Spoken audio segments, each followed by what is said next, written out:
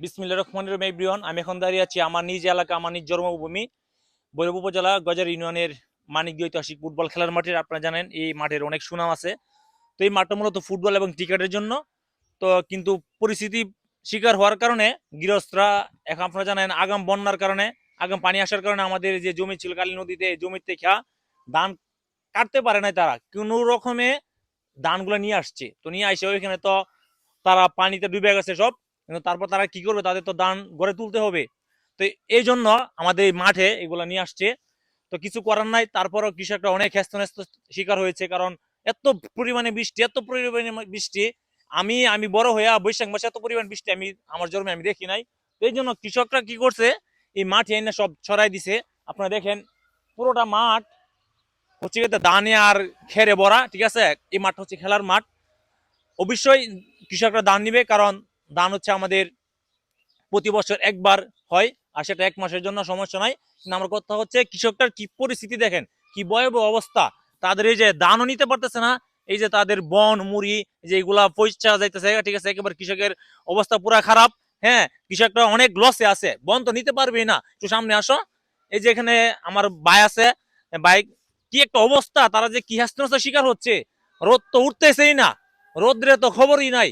ধান পয়সা একেবারে নাশ বিনাশ, তারা ধানই নিতে পারতেছে না। তারা বন কখন নিবে, ঠিক আছে। ওই পাশটাতে অনেক ধানের মুড়ি, এখানে অনেক গুটি গাটি আছে, ঠিক আছে। এই যে ওইখানে ধান, ওই যে ওখানে কিছু ছেলেরা খেলতেছে।